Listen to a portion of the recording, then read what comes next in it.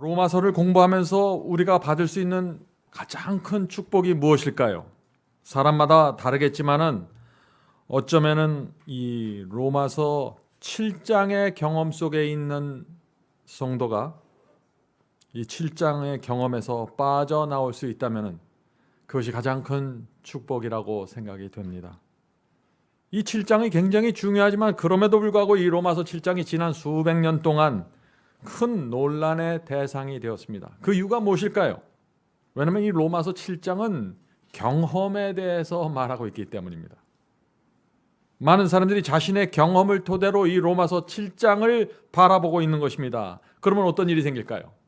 사람들마다 자기 경험에 따라서 로마서 7장을 해석하게 되겠죠. 그러면 그 의미가 이렇게 저렇게 전혀 달라지게 된다 하는 것입니다. 그러므로 우리는 오늘 로마서 7장을 공부할 때 내 경험을 보지 말고 말씀 자체가 무엇을 말하고 있는지 살펴봐야 하는 것입니다. 바울이 로마서 6장과 7장과 8장을 어떤 논리로 끌고 가는지 그것을 우리가 좀 살펴봐야 하는 것입니다. 바울이 로마서 6장에서 무엇을 말했습니까? 6장에서 그리스도인이 하게 되는 그 의의 경험이 무엇인지 분명하게 설명했죠. 다시 말해서 옛사람이 십자가에 못 박혀서 죽어야만 죄에서 해방되고 의롭다고 선포했습니다. 그렇게 선포한 바울이 로마서 7장에서 무엇을 말하게 될까요? 그것은 만일 옛사람이 죽지 않으면 어떻게 되는가 하는 문제를 다룰 수밖에 없겠죠. 그래서 바울은 한 여인과 두 남편의 이야기를 시작하면서 로마서 7장을 시작하는 것입니다. 자, 한 여인이 두 남편을 섬길 수 없다고 했습니다. 우리는 첫 남편을 섬기든지 둘째 남편을 섬기든지 하나 결정해야 된다는 것입니다. 한 지붕 아래 한 여인과 두 남편이 살 수 없다는 것입니다. 자, 여인의 이 첫 남편은 누구를 상징한다고 했죠? 이것은 아담으로부터 물려받은 육체입니다. 우리가 태어나면서부터 갖게 되는 그 죄된 본성 옛사람입니다. 첫 남편입니다. 그래서 이 첫 남편은 태어날 때부터 우리를 속박하고 있는 강력한 힘입니다. 자, 여러분들 한번 생각해 보세요. 우리가 태어나면서부터 정욕과 교만과 이기심으로 우리가 둘러싸여 있는 것입니다. 그런 상태로 태어난 것입니다. 우리를 꽉 붙잡고 있는 것입니다. 첫 남편입니다. 그래서 우리가 이 첫 남편에 붙들려 있는 한 소망이 없는 것입니다. 반드시 둘째 남편에게 가야 되는 것입니다. 자, 그렇다면 둘째 남편은 누구라고 했습니까? 그리스도라고 했습니다. 그래서 바울은 첫 남편 옛사람을 십자가에 못 박아야만 그리스도께 가서 거기서 풍성한 열매를 맺을 수 있다고 한 것입니다. 제가 했던 고민은 옛사람에 붙잡혀 있으면서 첫 남편과 같이 살면서 열매를 맺으려고 노력했던 것입니다. 그것이 저의 좌절이었고 슬픔이었습니다. 제가 로마서 7장과 8장을 공부하면서 이것을 깨닫게 됐던 것입니다. 그래서 내 신앙의 방향과 목적과 이유와 근본이 달라지게 된 것이죠. 자, 로마서 7장 4절에서 바울은 이런 말을 하는 것입니다. 그러므로 내 형제들아 너희도 그리스도의 몸으로 말미암아 율법에 대하여 죽임을 당하였으니 이는 다르니 곧 죽은 자 가운데서 살아나신 이에게 가서 우리로 하나님을 위하여 열매를 맺히게 하려 함이니라. 분명하죠? 바울이 어떻게 해야 우리가 하나님을 위한 열매를 맺을 수 있다고 했습니까? 첫 남편을 십자가에 못 박고 둘째 남편 그리스도께 가야 한다고 했습니다. 바로 이 경험을 하는 성도가 복음의 비밀을 가진 사람입니다. 첫 남편이 나를 꽉 붙잡고 있는데 옴싹달싹하지 못하게 꽉 잡고 있는데 태어날 때부터 나를 옥죄고 있는데 이 첫 남편에게 해방돼서 둘째 남편으로 가는 것, 이것이 복음입니다. 모든 사람은 아담으로부터 물려받은 죄된 본성, 육신을 갖고 태어나는 것입니다. 그것은 하나님과 원수가 되는 존재로 이 세상에 태어나는 것이죠. 그런데 놀랍게도 그런 상태에 있는 우리에게 거룩한 열매가 맺힌다는 것입니다. 누구를 통해서요? 그리스도를 통해서 말이죠. 자, 바울이 말하는 열매가 무엇인가요? 순종의 열매입니다. 주여 주여 말로만 하는 것이 아니라 주님의 뜻대로 사는 열매가 맺힌다는 것입니다. 이 타락한 육체와 본성을 갖고 태어난 우리 속에서 이런 열매가 생긴다는 것입니다. 이것은 기적입니다. 이것은 옛사람과 내가 타협해서 옛사람을 내가 싸워서 내 스스로 만들어낼 수 있는 열매가 아니죠. 이것은 완전히 그리스도께 둘째 남편에게 가야만 되는 열매입니다. 성도 여러분, 바로 여기에 오늘날 기독교에 무서운 기만이 있는 것입니다. 오늘날 교회 속에 믿기만 하면 구원을 잃어버리지 않습니다. 한번 거듭나면 육신에 속한 삶을 살아도 구원을 잃어버리지 않습니다 하는 이런 사상들이 깊이 들어와 있는 것입니다. 아무도 이것을 부인할 수 없을 것입니다. 그런데 이런 복음을 받아들이면 어떻게 될까요? 첫 번째, 첫 남편인 옛사람을 십자가에 못 박는 신앙이 무엇인지 모르게 되는 것이죠. 그냥 믿음으로만 구원받는다라고 가르침을 받으니까 첫 남편이 누구인지, 옛사람을 어떻게 십자가에 못 박는지 전혀 모른 채 살아가게 되는 것입니다. 자, 두 번째 문제는 둘째 남편이신 그리스도를 향해서 온 마음을 다해서 가려고 하지 않게 되는 것입니다. 또 세 번째 문제는 무엇이냐면은 첫째 남편인 이 옛사람과 함께 묶여서 살면서도 별다른 죄책감 없이 살아가게 되는 것입니다. 주님을 믿는다고 하지만은 첫 남편과 동거 생활하면서 아무런 두려움과 부담을 느끼지 않고 살아가게 된다는 것입니다. 여러분이 어떤 복음을 받아들였냐에 따라서 이런 기만 속으로 들어갈 수 있다는 것입니다. 이런 모양의 신앙을 하면 어떻게 됩니까? 우리의 삶이 부도덕하고 부패하게 됩니다. 주님을 사랑한다고 말하지만 이 죄된 본성 첫 남편에 끌려다니면서 살게 되는 것이죠. 이 로마서 7장은 어떤 사람들이 통과하는 경험이냐면 로마서 7장 1절에 보면은 계명을 아는 자들이라고 했습니다. 계명을 폐했다고 믿고 계명을 지키지 않아도 상관없다고 믿는 사람들은 로마서 7장의 경험이 실제로 무엇을 의미하는지 알 수가 없는 것입니다. 그런데 일단 우리가 계명을 지켜야 된다는 신앙을 받아들이면 어떻게 돼요? 주님의 뜻대로 살기 원하겠죠. 그런 사람들은 로마서 7장을 통과하게 되는 것입니다. 그러나 7장에 주저앉아서 살면 안 되는 것입니다. 우리의 목적은 8장으로 가는 것입니다. 그리스도는 반드시 로마서 8장으로 가야 되는 것입니다. 바울도 로마서 7장을 지나서 8장으로 들어가는 경험을 했습니다. 그래서 로마서 7장에 보면 바울 자신의 경험이 나오는 것입니다. 바울은 율법에 순종하고자 애를 쓰고 노력했지만 어쩔 수 없이 죄에 끌려가는 자신의 모습을 보면서 고민하고 좌절하는 모습을 로마서 7장에 그려놓았습니다. 이 바울이 어떤 바울인가를 많은 사람들이 말하는 것이죠. 로마서 7장은 이 신학자들 사이에서 의견이 분분합니다. 어떤 분들은 로마서 7장은 사도 바울이 회심하기 이전에 했던 경험이다라고 말하고, 어떤 분들은 바울이 회심한 이후 다메섹 도상에서 예수를 만난 이후에 했던 경험입니다라고 설명합니다. 오늘 우리는 이런 신학자들의 논쟁을 피해서 로마서 7장 자체, 말씀 자체가 말하고 있는 것을 좀 살펴보려고 하는 것입니다. 오늘 제 강의는 죄에 끌려다니는 로마서 7장의 이 사람의 경험이 왜 생기는가에 초점을 좀 맞춰보려고 합니다. 어떻게 하면 이 로마서 7장의 참담한 경험 속에서 빠져나올 수 있는가를 좀 살펴보려고 하는 것이죠. 자, 이제 로마서 7장 14절부터 들어가겠습니다. 로마서 7장 14절입니다. 우리가 율법은 신령한 줄 알거니와 나는 육신에 속하여 죄 아래 팔렸도다. 자, 이 말씀이 무슨 뜻입니까? 율법은 신령하다고 했죠? 율법은 신령한 법, 영적인 법이라는 것입니다. 그래서 영적인 사람만 이 율법을 지킬 수 있는 것입니다. 그런데 나는 육신에 속해 있기 때문에 죄 아래 팔려간다라는 뜻이죠. 이 말씀은 사도 바울이 바리새인이었을 때 했던 경험입니다. 그는 율법이 신령한 줄 알았습니다. 그것을 지키려고 노력했습니다. 그러나 죄 아래 팔려갈 수밖에 없었다는 것입니다. 바울은 바리새인이었을 때 율법의 의로는 흠이 없다고 했습니다. 겉으로는 율법을 완전하게 지키는 것처럼 보였습니다. 그러나 이 바울의 마음속에 깊은 곳에 이기심과 교만으로 병들어가고 있었던 것입니다. 참된 영적인 경험이 뭔지를 몰랐어요. 그래서 이 바울은 바리새인으로 오랜 세월 동안 죄 아래 끌려다니는 경험 속에서 고통당한 것입니다. 그러다가 다메섹으로 가는 길에서 누구를 만났나요? 예수 그리스도를 만나게 되는 것입니다. 둘째 남편을 만나게 되는 것입니다. 구세주로부터 거기서 죄 사함을 받고 죄로부터 해방되는 놀라운 경험으로 들어가게 되는 것입니다. 바울이 얼마나 감사하고 기뻤을까요? 자기는 예수를 죽이려고 했는데 그 구세주께서 자기에게 나타나서 내가 네 죄를 용서해 주겠다고 하면서 사도로 부르시고 계시는 것입니다. 이것이 바울의 마음속에 있던 감격이고 죄사함의 경험입니다. 바울은 자신의 이런 경험을 로마서 7장과 8장에 거쳐서 지금 설명하고 있다는 것이죠. 자, 바울은 육신에 속해서 죄 아래 팔렸다고 했는데 육신이 무엇입니까? 이것은 아담에게 물려받은 육체 속에서 올라오는 악한 충동과 생각과 욕망을 뜻하는 것입니다. 자, 로마서 8장 7절에 그 말씀이 있습니다. 로마서 8장 7절. 육신의 생각은, 자, 육신에서 올라오는 이런 생각들은 하나님과 원수가 되나니 이는 하나님의 법에 굴복치 아니할 뿐만 아니라 할 수도 없습니다.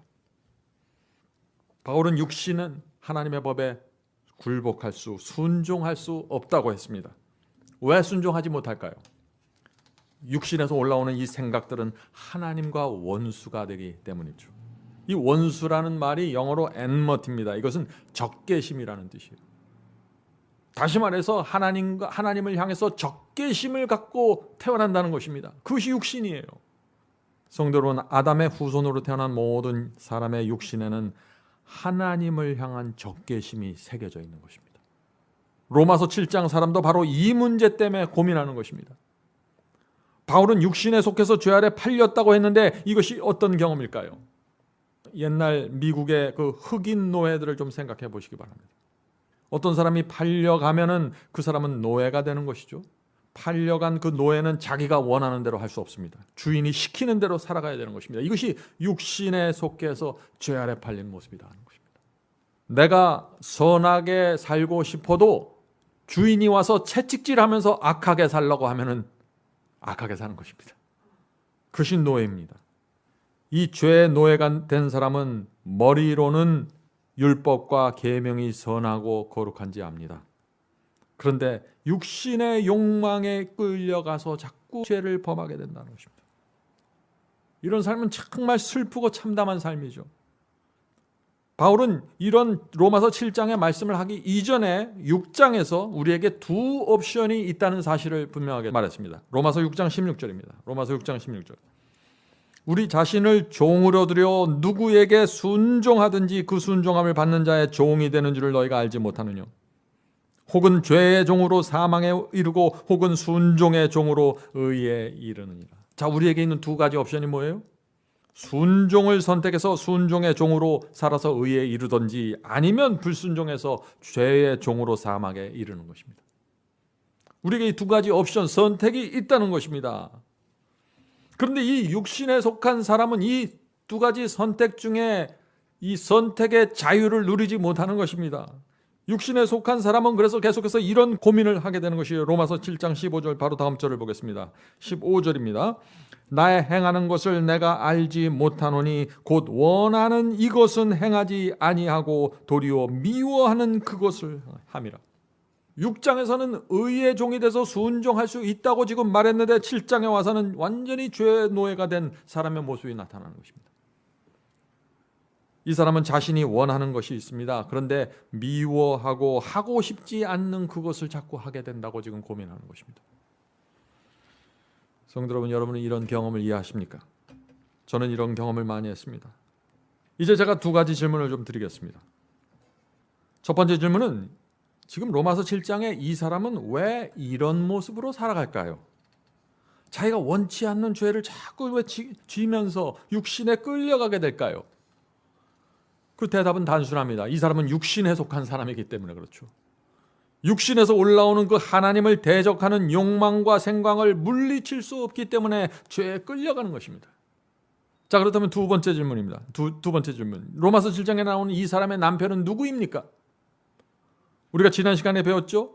이 사람의 남편은 그리스도 둘째 남편일 거야? 아니면 첫째 남편, 육체, 죄된 본성, 옛사람일까요? 옛사람이죠. 육체입니다. 이 사람은 첫 번째 남편이 죽지 않았기 때문에 첫 남편에게 묶여 있어서 나는 육신에 팔렸습니다. 원하는 이것은 행하지 아니하고 도리어 미워하는 그것을 제가 하게 됩니다. 라고 탄식하고 있는 것입니다. 성도 여러분, 저와 여러분은 첫 남편과 결혼한 상태에서 이 세상에 태어난다는 사실을 이해하셔야 됩니다. 그래서 누구든지 그리스도를 만나서 결혼하기 전, 혼인하기 전까지는 나는 육신에 속하여 죄 아래 팔렸도다라는 탄식에서 벗어날 수 없는 것입니다. 물론 그리스도와 혼인하고 거듭난 사람들도 말씀과 기도를 등한히 하면은 영적인 레벨, 영적인 스태미너가 떨어지게 됩니다. 그런 경우에 로마서 7장에 나오는 이 사람의 증세가 나타나려고 하는 것입니다. 성도 여러분, 그럴 경우 우리가 어떻게 해야 될까요? 한번 거듭난 사람도 로마서 7장에 나오는 이런 문제들, 이런 증세들이 내 속에서 나오려고 하는 것입니다. 그럴 때 우리가 어떻게 해야 되나 하는 얘기예요. 빨리 말씀으로 돌아가야겠죠. 말씀으로 가서 우리의 영혼을 충전하고 기도로 성령을 간구해야겠죠. 새 마음을 달라고 간구해야겠죠. 내 인생의 목적이 무엇이고 내가 살아가는 이유가 뭔지 다시 한번 확인해야겠죠. 그래야만 로마서 7장으로 빠져들어가지 않는 것입니다. 성도 여러분, 그리스도인의 영성이 무엇입니까? 영성이란 내 속에서 옛사람이 살아나려고 할 때, 내가 그것을 느낄 때, 내 육신의 충동이 올라오려고 할 때 내가 그것을 느낄 때 즉시 얼마나 빨리 주님께 달려가는가가 나의 영성입니다. 어떤 사람들은 굉장히 늦게 가죠. 그런 사람들은 로마서 7장으로 다시 빨려 들어갈 수 있다는 것입니다. 그러므로 우리는 우리 속에서 옛사람이 살아나려고 하는 조짐을 볼 때 주님께 가서 이렇게 기도해야 되는 것입니다. 주여, 제 속에서 육신이 올라오려고 합니다. 제 마음이 흔들립니다. 도와주시옵소서. 그리스도와의 혼인이 흔들리지 않게 붙잡아 주시옵소서. 나의 옛사람을 확고하게 죽일 수 있게 자비를 베풀어 주시옵소서. 이렇게 기도하고 매달리는 사람이 영성이 있는 그리스도인이라는 것입니다. 로마서 7장의 사람의 문제는 무엇인가요? 로마서 7장에 나오는 이 사람은 계명을 아는 사람이라고 그랬습니다. 이 사람은 무엇이 의인지 압니다. 하나님의 뜻과 율법이 무엇인지 압니다. 그런데 무기력하게 끌려가서 죄의 종이 되어버리고 마는 것입니다. 그래서 15절에 이런 말씀이 나오는 것이에요. 나의 행하는 것을 내가 알지 못하노니 곧 원하는 이것은 행하지 아니하고 도리어 미워하는 그것을 함이라. 19절에 또 이어집니다. 내가 원하는 바 선은 하지 아니하고 도리어 원치 아니하는 바 악은 행하는도다. 성도 여러분, 이 사람은 좋은 의도를 갖고 있습니다. 선을 행하면서 살기 원합니다. 그런데 자꾸 악을 행하게 된다는 것입니다. 왜 그럴까요? 육신에 속했기 때문입니다. 육의 사람입니다. 그리스도를 믿지만 육에 속해 있습니다. 지금 아직 둘째 남편에게 확고하게 들어가지를 못했어요. 첫째 남편, 이 옛사람의 강압 때문에 노예처럼 지금 살고 있는 것입니다. 시키는 대로 말이죠. 마음은 하나님의 뜻대로 살고 싶지만은, 성령의 음성을 따르고 싶지만 첫째 남편 옛사람을 포기하지 않았습니다. 세상에 대한 미련이 남아있는 것입니다. 그래서 내 힘으로 순종하려고 애쓰는 것입니다. 한쪽에서는 세상을 사랑하지만 한쪽에서는 내 힘으로 또 열심히 순종하려고 하는 것입니다. 첫째 남편의 붙잡힌 상태에 있어요 말이죠. 그러니까 결국 이 첫째 남편의 힘에 끌려가서 참담한 죄에 또 빠지는 것입니다. 얼마나 힘들까요? 성도 여러분은 행복한 그리스도인이 되길 원합니까? 그렇다면 이 첫 번째 남편 옛사람을 확고하게 십자가에 못 박아야 됩니다. 결단을 내리셔야 되는 것입니다. 철저하게 못 박아야 됩니다. 세상에 대한 애착심과 미련을 버리고. 그래서 제가 항상 뭘 강조합니까? 하늘 가는 나그네로 살지 않으면 이 성경에 나오는 복음이 내 것이 될 수 없어요. 그리스도께 달려가 그분의 사랑과 은혜에 매달려야 되는 것입니다. 로마서 7장에 빠져나오는 방법이에요. 12해 동안 혈루병 걸렸던 이 여인의 간절한 믿음과 심령으로 주님께 나가야 되는 것입니다. 고쳐달라고 말이죠. 빼내달라고 말이죠. 그리스도가 없으면 내 인생은 망하는 것이고 아무것도 아니라는 사실을 깨달아야 하는 것입니다. 둘째 남편, 그리스도가 없으면 나는 아무것도 아니라는 것을 인식해야 되는 것입니다. 이 첫 번째 남편에게 붙잡혀 있는 동안 학대받고 처참하게 살다가 무너지고 멸망당할 수밖에 없다는 그 현실을 직시해야 되는 것입니다. 사랑과 자비가 넘치는 이 둘째 남편을 만나는 신부의 마음을 이해해야 됩니다. 이것이 어떤 마음인지. 수십 년 동안 육체에 시달려온 여인입니다. 수십 년 동안 선을 바라보았습니다. 간절하게 진짜 그리스도인이 되길 원했습니다. 근데 첫째 남편의 울타리에 갇혀서 옴싹달싹하지 못하고 살아오는 것입니다. 그래서 지치고 지쳐서 이제 모든 것을 다 버리고 주님께 가야겠다 하는 것이 둘째 남편을 만나는 신부의 마음이라는 것입니다. 많은 사람들이 거기까지 가서 겨우 주님을 진짜 만나게 되는 것입니다. 어떤 분들은 로마서 7장의 사람이 비록 악을 행하지만 하나님께 불순종하지만 적어도 이 사람의 마음은 선을 행하고 있기 때문에 이 사람은 거듭난 사람이 틀림없습니다 라고 말하죠. 정말 그럴까요?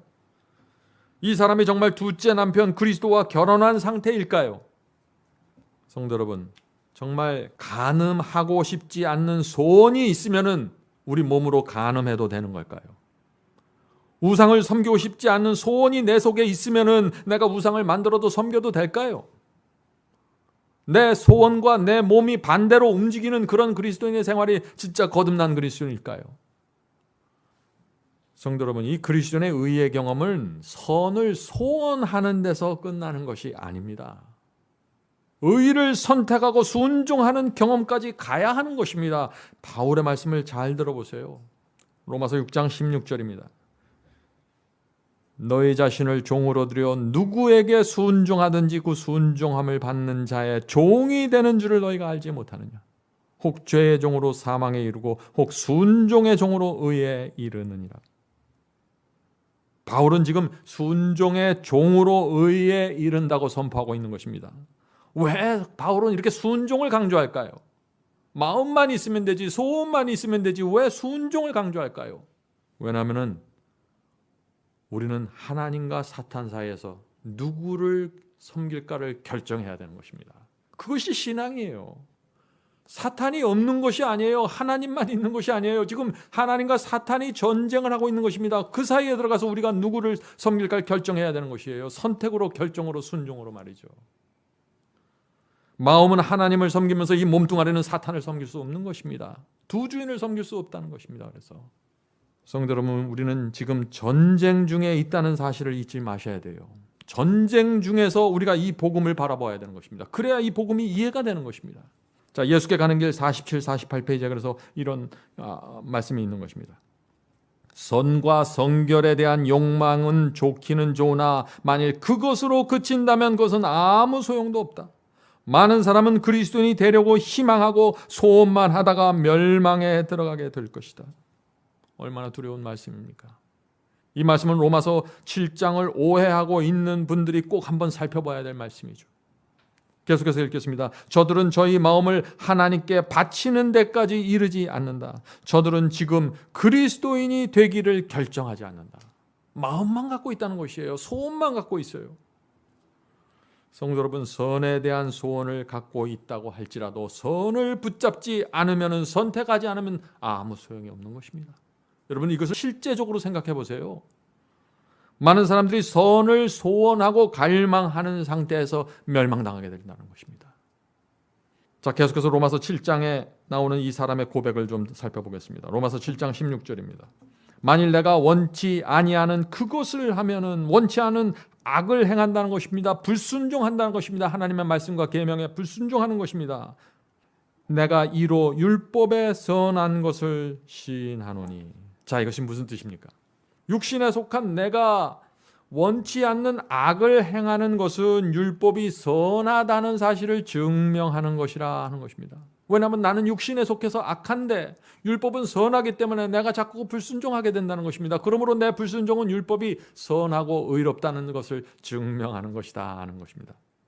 참 말을 재밌게 썼죠? 바울은 로마서 17절에서 죄를 마치 사람처럼 의인화시켜서 또 이야기합니다. 로마서 7장 17절입니다. 우리는 지금 로마서 7장을 한 절 한 절 살펴보고 가고 있습니다. 이제는 이것을 행하는 자가, 자, 이것은 악입니다. 이제는 악을 행하는 자가 내가 아니요 내 속에 거하는 죄니라. 참 여기 이상한 얘기가 나옵니다. 악을 행하는 것은 내가 아니요 내 속에 있는 죄가 악을 행한다고 지금 바울이 말하고 있는 것입니다. 바울이 지금 여기서 무엇을 말하라고 하는 것입니까?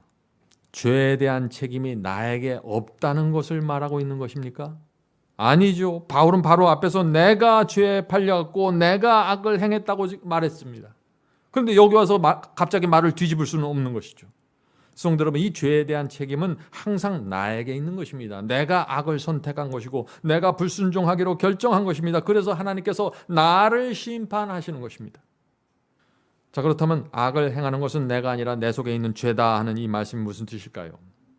내 속에 옛사람이 살아있으면은 내 남편이 옛사람이기 때문에 자꾸 죄에 끌려다니기 아주 쉽게 된다는 것입니다. 그런 상태에선 죄가 언제든지 내 속에서 나타날 준비를 하고 있다는 것입니다.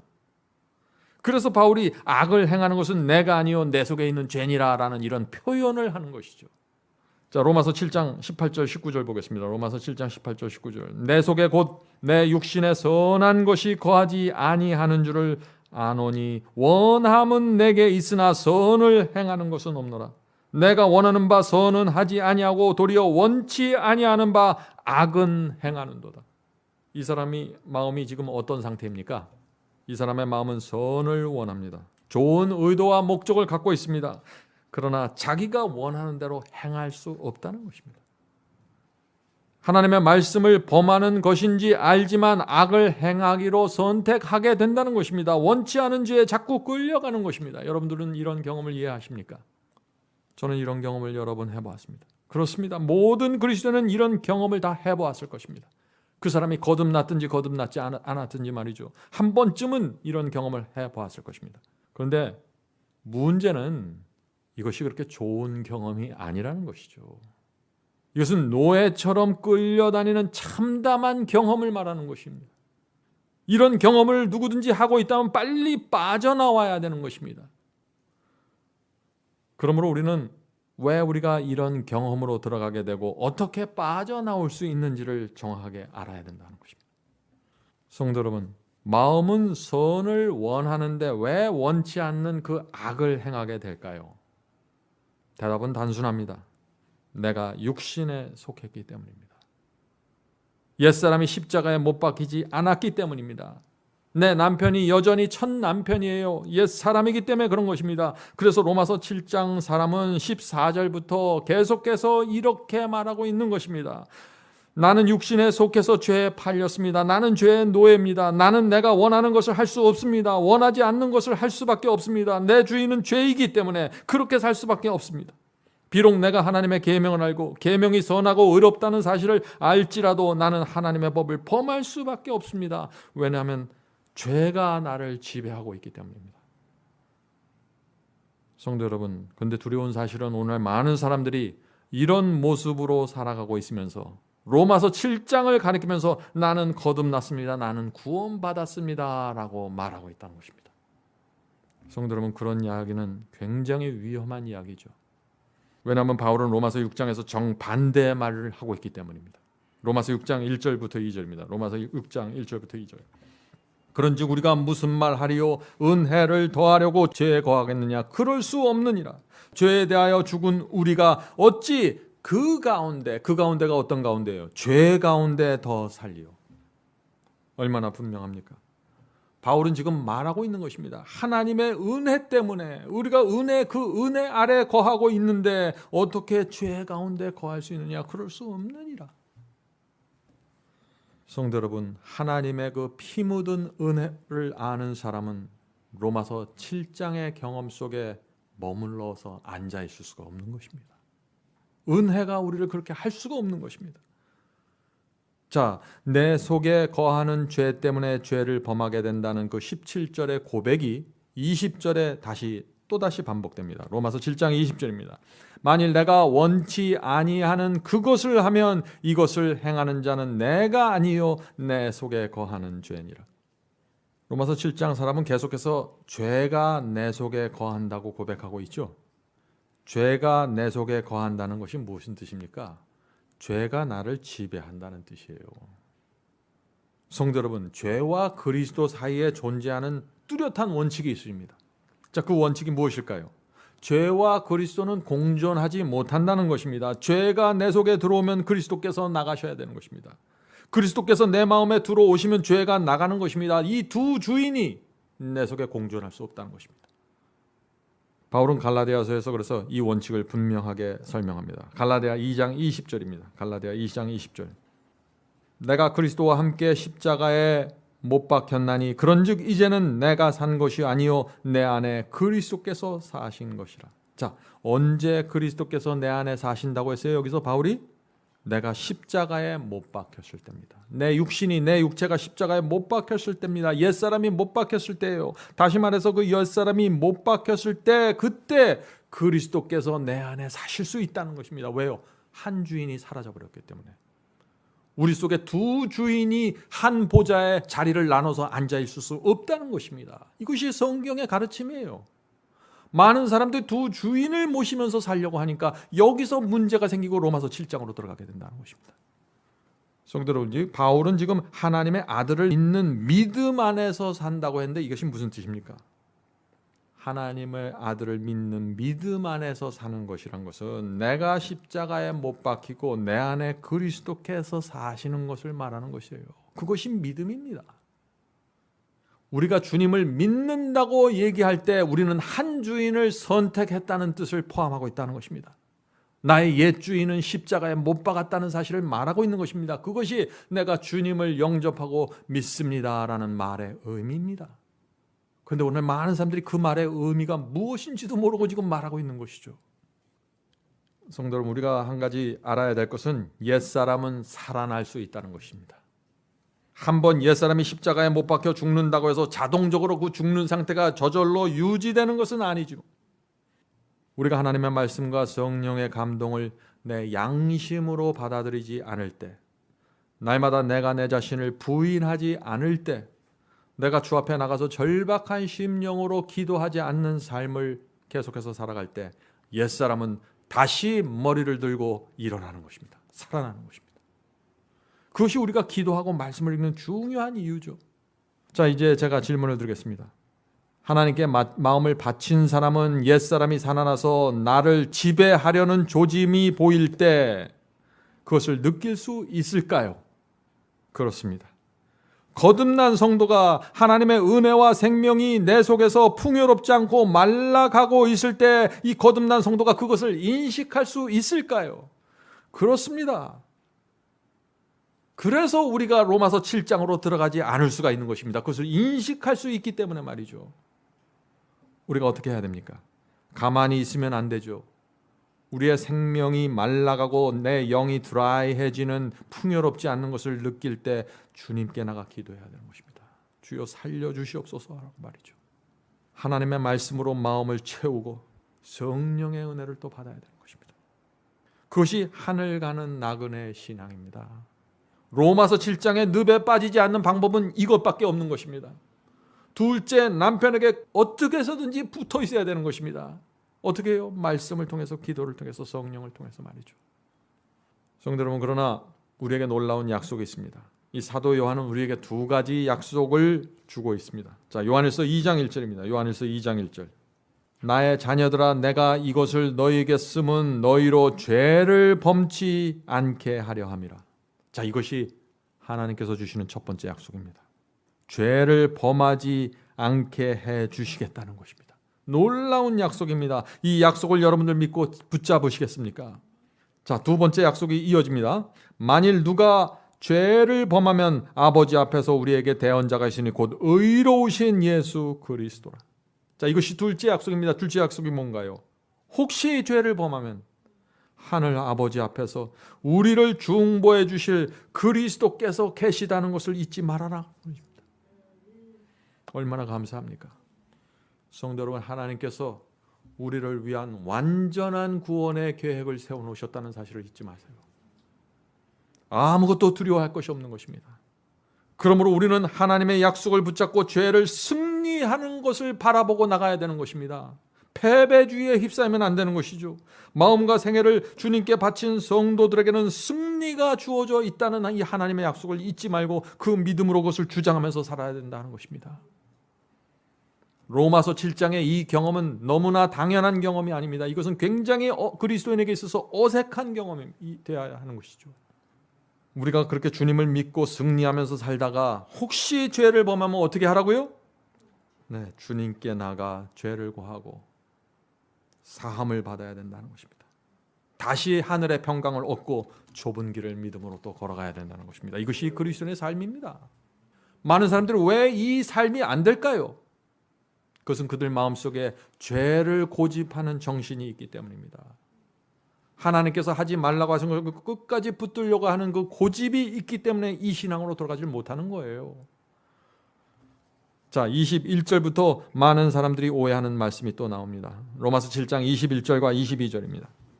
그러므로 내가 한 법을 깨달았노니. 자, 어떤 것을 깨달았을까요? 읽어보겠습니다. 곧 선을 행하기 원하는 나에게 악이 함께 있는 것이로다. 자, 이 사람이 지금 무엇을 깨달았습니까? 내가 아무리 선을 원해도 내 속에 나를 악으로 끌고 가는 어떤 힘이, 강력한 힘이 있다는 사실을 지금 깨달은 것입니다. 내 힘으로는 그것을 결코 이길 수 없다는 사실을 깨달은 것입니다. 내가 이길 수 없는 바로 이 힘, 이것이 무엇입니까? 이것이 바로 십자가에 못 박히지 않은 옛사람입니다. 옛사람이 십자가에 못 박히지 않을 때 나는 도무지 이것을 이길 수 없는 것입니다. 내 마음이 아무리 선을 원하고 아무리 선한 소원을 가지고 있어도 자꾸 끌려가게 되는 것입니다. 자, 계속해서 읽겠습니다. 곧 선을 원하는 나에게 악이 함께 있는 것이로되 내 속사람으로는 하나님의 법을 즐거워하되. 많은 사람들이 이 말씀을 어떻게 생각하나요? 이렇게 생각합니다. 이 사람은 법을 깨달았습니다. 선을 행하기 원합니다. 심지어 그 속사람이 하나님의 법을 즐거워한다고 하십니다. 이 사람은 거듭난 성도이지만 자꾸 죄에 쓰러지고 있는 것입니다. 이 사람은 구원받은 상태입니다. 라고 해석을 하는 것이죠. 여러분은 어떻게 생각하십니까? 그런 생각은 오해이죠.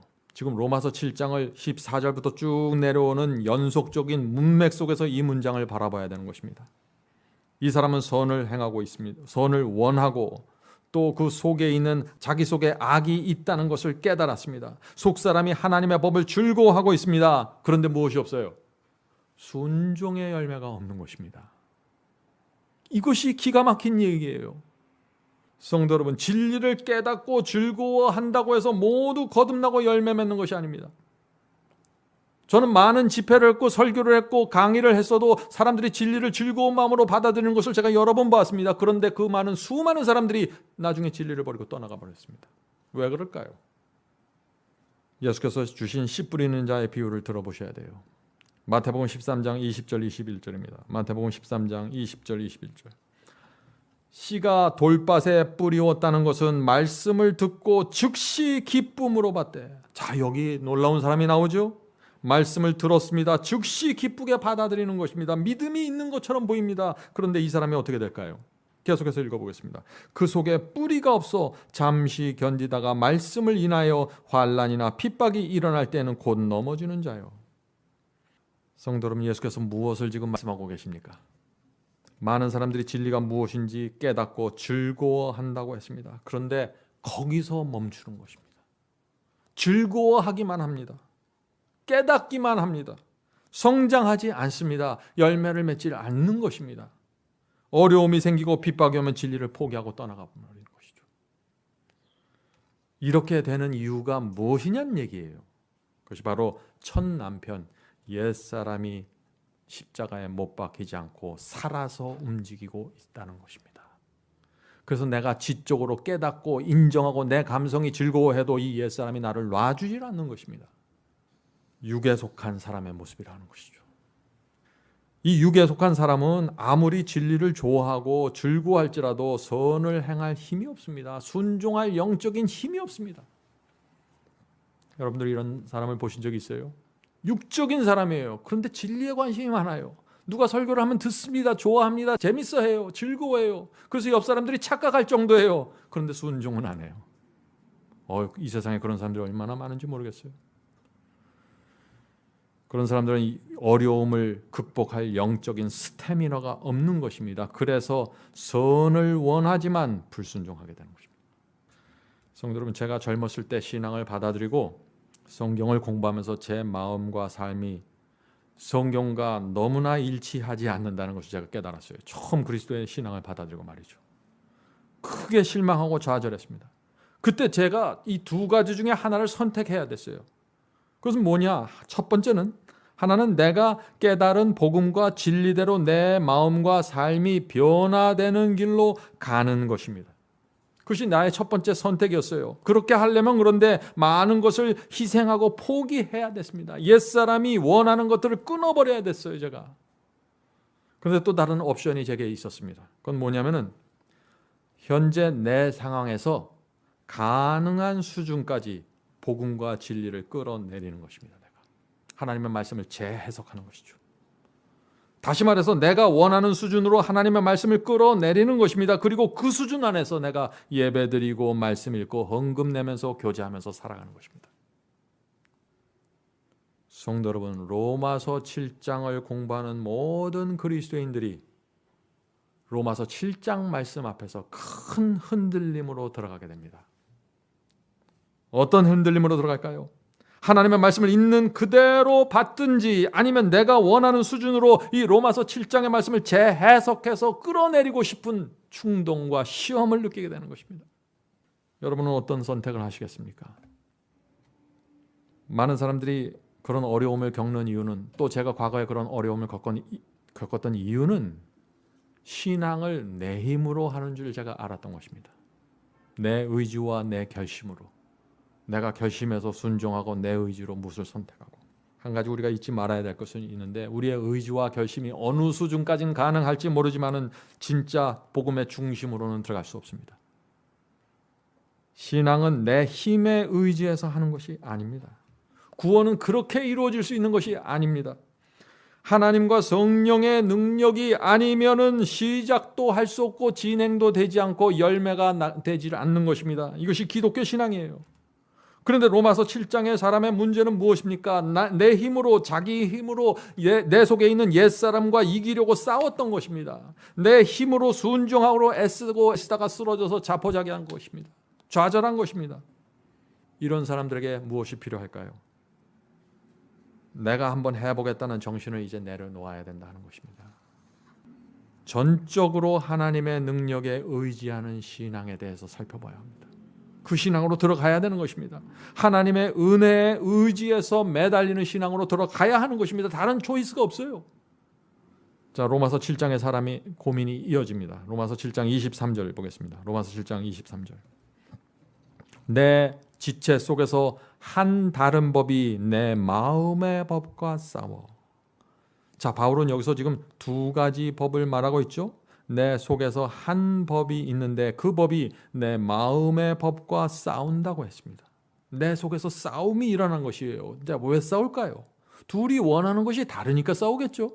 내 마음이 원하는 것과 내 육체, 내 옛사람이 원하는 것이 서로 다르고 대적하고 싸우는 것입니다. 그 싸움의 결과가 근데 무엇일까요? 계속해서 읽어보죠. 내 지체 속에 있는 죄의 법 아래로 나를 사로잡아 오는 것을 보는도다.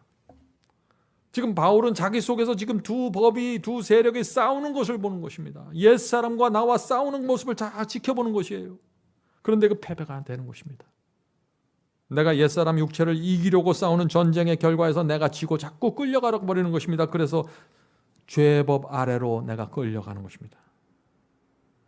여기서 바울이 내가 죄의 법 아래로 사로잡혀서 끌려가게 된다고 했습니다. 자, 사로잡혀서 끌려가게 된다. 자, 사로잡혀서 끌려가는 것, 이것이 어떤 장면인가요? 이것은 전쟁에서 패배한 포로가 붙잡혀서 노예로 끌려가는 것이죠. 성도 여러분, 내가 옛사람과 내 힘으로 맞서서 싸워서 지면 어떻게 돼요? 처참한 노예의 형편으로 목에 밧줄을 걷고 끌려가게 되는 것입니다. 나는 진리가 무엇인지 알고 하나님의 계명을 짓고 주님의 뜻대로 살아야 된다는 것을 압니다. 그렇게 살고 싶어 합니다. 그런데 이 옛사람이 살아있기 때문에, 내 속에서 자꾸 나와 충돌하기 때문에, 그런데 문제는 옛사람의 힘이 나보다 훨씬 강하다는 것이에요. 그래서 내 마음과 내 소원을 짓밟고 나를 사로잡아서 죄로 끌고 가버린다는 것입니다. 로마서 7장의 문제가 바로 여기 있는 것입니다. 그래서 신앙은 내 힘과 내 의지를 내려놓고 주님께 매달려야 하는 것입니다. 그런데 그걸 매달리는 사람은 어떤 사람들이 가장 절박하게 매달릴까요? 실컷 패배해봐야 매달리게 되는 거예요. 그래서 자유주의로 가버리면 그저 믿기만 하면 됩니다. 여기서 구원이 끝납니다. 하면은 패배가 모르는 것입니다. 주님께 나가서 간절하게 매달리는 이 신앙 자체가 생기지 않는 것입니다. 이것이 오늘날 기독교를 차지하고 있는 이 자유주의 복음의 문제라는 것입니다. 성도 여러분, 이 로마서 7장에 나오는 이 사람이 얼마나 괴롭고 슬플까요? 우리 주변에 이런 그리스도인들이 얼마나 많은지 여러분들 보이십니까? 오늘 수많은 사람들이 예배드리고 말씀을 읽고 기도합니다. 수십 년 동안 교회 다닙니다. 그런데 죄에 시달리고 고통당하면서 로마서 7장에서 빠져나오지 못하는 것입니다. 성도 여러분, 제 설교 속에 로마서 8장을 강조하는 이유가 여러분 이제 무엇인지, 왜 그런지 아시겠습니까? 거기에 복음이 있고 희망이 있는 것입니다. 우리가 다음 시간에 그것을 살펴볼 것입니다. 이 로마서 7장에 있는 분들은 어떤 위험과 직면하게 될까요? 결국에는 내가 계속해서 죄에 팔려가고 끌려가는 것입니다. 내 소원과 다르게 말이죠. 그럼 어떤 위험에 빠지냐면요, 설교를 듣다가 믿기만 하면 구원받을 수 있습니다 라는 이런 식의 복음을 들을 때 엄청난 매력을 느끼게 된다는 것입니다. 내적인 변화의 경험 없이, 마음의 할례 받는 경험 없이, 날마다 자신을 부인하고 십자가를 매는 경험 없이, 옛사람을 십자가에 못 박는 경험 없이 머리로만 어떤 교리를 인정하는 수준에서 구원을 약속하는 복음이 오면 덥석 그것을 붙잡게 된다는 것입니다. 이 로마서 7장의 사람은 24절에서 또 이런 탄식을 합니다. 로마서 7장 24절, 오호라 나는 곤고한 사람이로다. 이 사망의 몸에서 누가 나를 건져내려. 지금 이 사람은 나는 곤고하다고 외쳤습니다. 왜 이렇게 외쳤을까요? 이 사람은 지금 하나님의 말씀, 하나님의 율법에 자신이 불순종하고 있다는 사실을 아는 것입니다. 이 사람은 자신이 구원을 잃어버리고 사망에 속해 있다고 지금 소리치고 있는 것입니다. 이 사망의 몸에서 누가 나를 건져낼 것인가? 예수께 가는 길 19페이지에 보면은 이 로마서 7장 24절에 대해서 이런 설명을 합니다. 사도 바울은 심령의 고민과 절망 중에 말하기를 나는 육신에 속하여 죄 아래 팔렸도다라고 했다.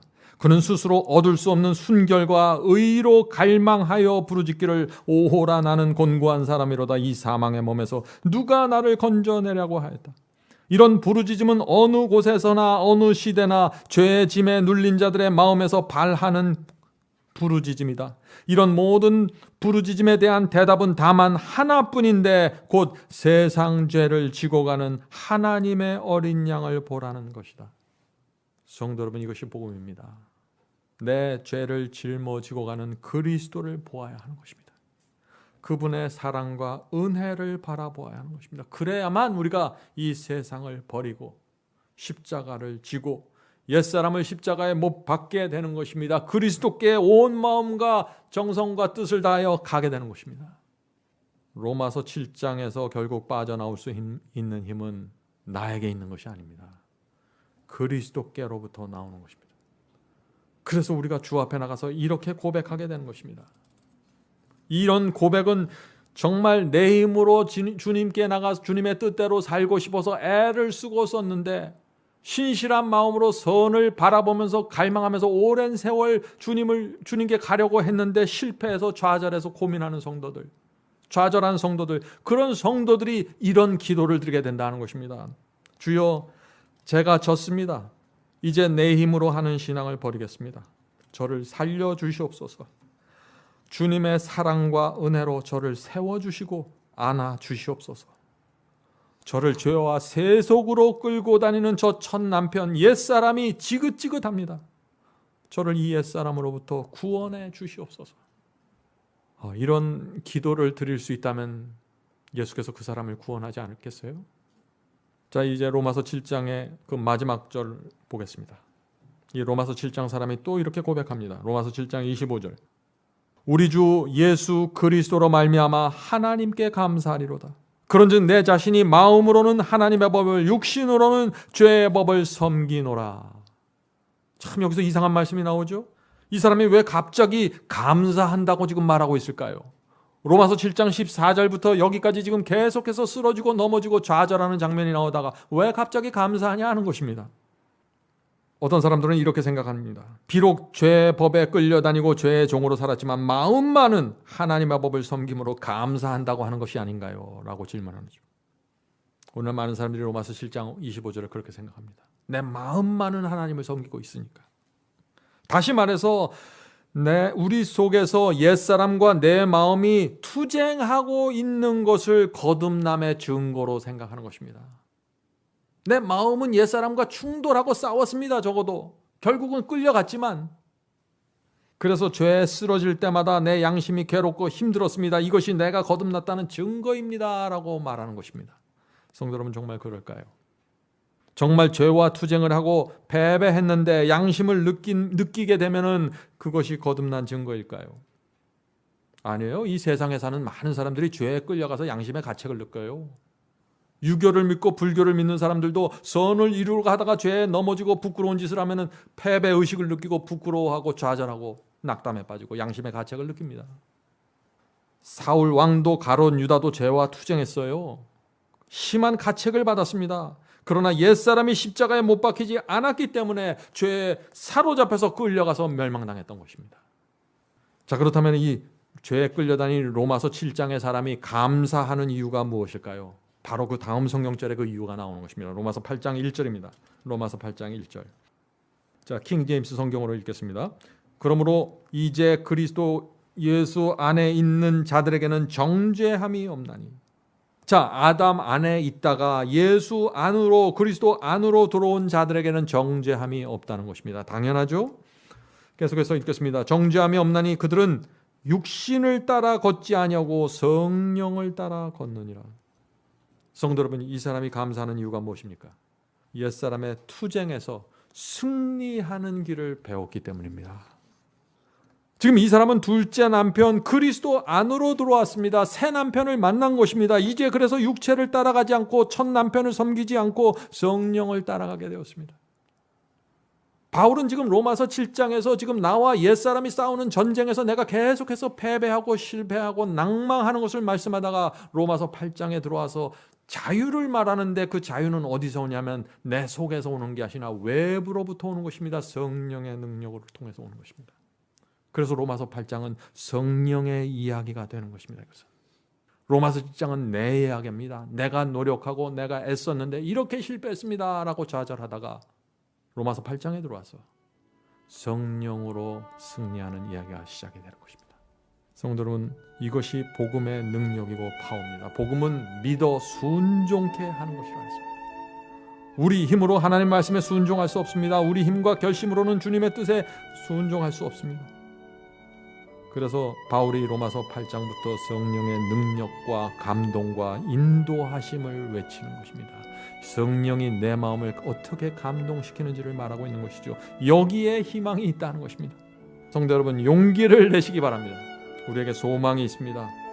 바울은 로마서 7장으로 끝나지 않는 것입니다. 로마서 8장에서 우리에게 놀라운 구원의 빛을 주는 것입니다. 오늘 우리는 굉장히 어두운 이야기를 살펴봤죠. 그러나 다음 시간에 우리가 이 어둠의 죄에서 완전히 빠져나오는 복음의 능력에 대해서 우리가 살펴보는 것입니다. 성령께서 우리 모두에게 구원의 진리를 보여주시고 하늘의 생명을 호흡하게 해주시길 제가 간절히 바랍니다. 하늘에 계신 아버지, 너무나 오랫동안 저희가 내 힘으로 옛사람과 맞서 싸워서 이기려고 했습니다. 그러다가 너무나 많이 쓰러지고 낙담에 빠졌습니다. 주여, 이제 저희가 새 남편 그리스도께 가기를 원합니다. 저희의 손을 잡아주시고 건져주시옵소서. 그리스도 안으로 들어가기를 소원합니다. 저희의 마음과 뜻과 정성을 다해서 주님을 남편으로 맡기를 원합니다.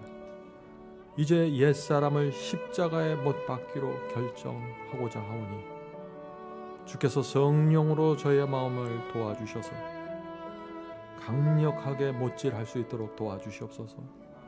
내 옛생에 대한 미련과 애착심을 끊을 수 있도록 도와주시옵소서. 그래서 내 마음이 신부의 마음으로 주님을 온전히 바라볼 수 있도록 도와주시옵소서. 하늘에 계신 아버지, 로마서의 복음을 주셔서 감사합니다. 이 로마서의 7장 속에 있는 이 그리스도인의 모습이 과거의 저의 모습이 될 수 있지만은 이제는 우리가 그리스도께 가기를 원하오니 성령으로 저희의 발길을 인도해 주시옵소서. 이 모든 말씀 예수님의 이름으로 간절히 기도드립니다.